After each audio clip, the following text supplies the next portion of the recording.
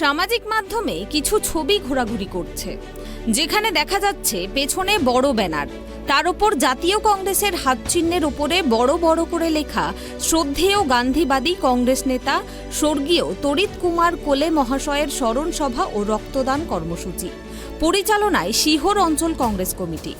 এই ব্যানারের ঠিক নিচে মঞ্চের ওপর বসে রয়েছে পশ্চিমবঙ্গ প্রদেশ কংগ্রেস সম্পাদক দেবু চ্যাটার্জি সহ অন্যান্য কংগ্রেস নেতারা এবং তার পাশের চেয়ারে বিষ্ণুপুরের বিজেপি সাংসদ সৌমিত্র খা। ব্যাস, লোকসভা ভোটের আগে এই ছবি সামাজিক মাধ্যমে ঘোরাফেরা করতেই বিষ্ণুপুরের রাজনীতিতে জোর জল্পনা শুরু হয়েছে। এই মোক্ষম সময়ের মোক্ষম জবাব দিতে তৃণমূল কেন পিছুপা হবে? বিষ্ণুপুর সাংগঠনিক জেলা তৃণমূল কংগ্রেসের সহসভাপতি দিব্যেন্দু ব্যানার্জি জানান, বিগত 5 বছর সাংসদকে এলাকার মানুষ পায়নি, যে কারণেই তিনি হয়তো দলীয় টিকিট পাবেন না, যে কারণে তৃণমূলে যোগাযোগ করার চেষ্টা করেছিল, তৃণমূল আবার সবাইকে গ্রহণ করে না, তাই হয়তো তিনি আবার পুরনো দলের সাথে যোগাযোগ রাখার চেষ্টা করছেন। ওটা তার পুরনো দল, তার পথ চলা ওই দল থেকেই শুরু হয়েছিল।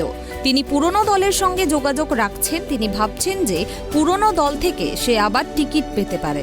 কোনো যোগদানের বিষয় নয়, এটা প্রবীণ গান্ধীবাদী নেতা তড়িৎ কুমার কোলের স্মরণ সভা ছিল। তিনি একজন শ্রদ্ধেয় নেতা, সাংসদ হিসাবে সৌমিত্রবাবুকে আমন্ত্রণ জানানো হয়েছিল, ঠিক আছে? এটা যোগদানের কোনো বিষয় নয়। আর কেউ যদি আসতে চায় যোগদান, অবশ্যই আমন্ত্রণ রইল। অনেকে ট্রোল করছে, বিরোধীরা ট্রোল করছে যে সৌমিত্র খা একটা সময় কংগ্রেসে ছিল, সে আবার লোকসভার আগে তার নিজের ঘরে ফিরছে। দেখুন, যে 2011 সালে যে বিধানসভা নির্বাচন, সেই নির্বাচনে তো সৌমিত্রবাবু জাতীয় কংগ্রেসের প্রতীক নিয়েই লড়াই করেছিলেন, ওই কতুলপুর থেকেই লড়াই করেছিলেন। তবে এখনও বলছি, এটা তড়িৎবাবুর স্মরণ সভা, এতে যোগদানের কোনো বিষয় নেই। মাধ্যমে আমরাও দেখেছি এবং তিনার যা পারফরমেন্স আমাদের সাংসদের, তাতে করে তিনি বুঝতে পেরেছেন যে এবারে আর তিনি হয়তো দলীয় প্রতীক পাবেন না, কিংবা দলীয় প্রতীক পেলেও তিনি বিশেষ কোনো সুবিধা করতে পারবেন না। কেননা বিগত 5 বছর তাকে মানুষ পায়নি, এলাকার মানুষ তাকে কোনোভাবেই দেখতে পায়নি সাংসদ হিসেবে। প্রত্যেক জায়গাতেই তিনি প্রত্যাখ্যাত হচ্ছেন। সেই জন্য তিনি হয়তো পুরনো দলের সঙ্গে যোগাযোগ রাখছেন। বলতে তার পুরনো দল, তার পথ চলা তো ওই দল দিয়ে শুরু হয়েছিল। এবার তৃণমূলের সঙ্গে যোগাযোগ করেছিলেন। তৃণমূল দল তো সবাইকে গ্রহণযোগ্যভাবে মনে করেন না, যখন তৃণমূল দলের কাছে সেটাও একটা বিচার্য বিষয় থাকে।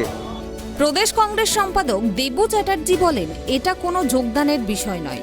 প্রবীণ গান্ধীবাদী নেতা তড়িৎ কুমার কোলের স্মরণ সভা ছিল, সেখানে সাংসদ হিসেবে সৌমিত্র বাবুকে আমন্ত্রণ জানানো হয়েছিল। তবে 2011 সালে যে বিধানসভা নির্বাচন, ওই নির্বাচনে সৌমিত্র বাবু জাতীয় কংগ্রেসের প্রতীক নিয়ে লড়াই করেছিলেন ওই কোতুলপুর থেকেই।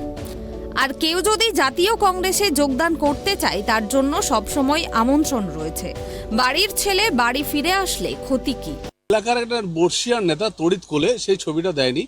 তড়িৎ কোলে দীর্ঘদিনের এই এলাকার পরাৎপতিম নেতা ছিলেন।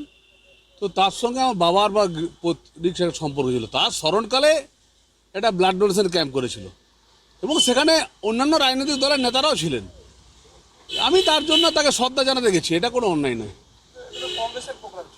এটা কই যে বললাম, মাননীয় তড়িৎ কোলে এলাকার একটা খুবই ভালো মানুষ ছিলেন, তাই তার স্মরণকালে, তার 1ম বৎসর মৃত্যুর স্মরণকালে আমি গিয়েছিলাম, এটা কোনো অন্যায় নয়। সমগ্র বিষয় নিয়ে বিষ্ণুপুরের বিজেপি সাংসদরা জানান, ওই এলাকার একজন বর্ষিয়ান নেতা তড়িৎ কুমার কোলের স্মরণ সভা ছিল এবং একটা ব্লাড ডোনেশন ক্যাম্প ছিল, সেখানে অন্যান্য রাজনৈতিক নেতারা ছিল। আমি তার জন্য তাকে শ্রদ্ধা জানাতে গেছি, এটা কোনো অন্যায় নয়। তিনি তৃণমূলকে আক্রমণ করে বলেন, তৃণমূল খেপে গেছে, তৃণমূল দলের সবাই খেপে গেছে, তাই এই ধরনের কথা বলছে। তবে তৃণমূল কংগ্রেসের কেউ মারা গেলে আমি এখানেও ফুল চড়াতে যাব। বিষ্ণুপুর থেকে সঞ্জীব মল্লিকের রিপোর্ট, ট্রাইব টিভি।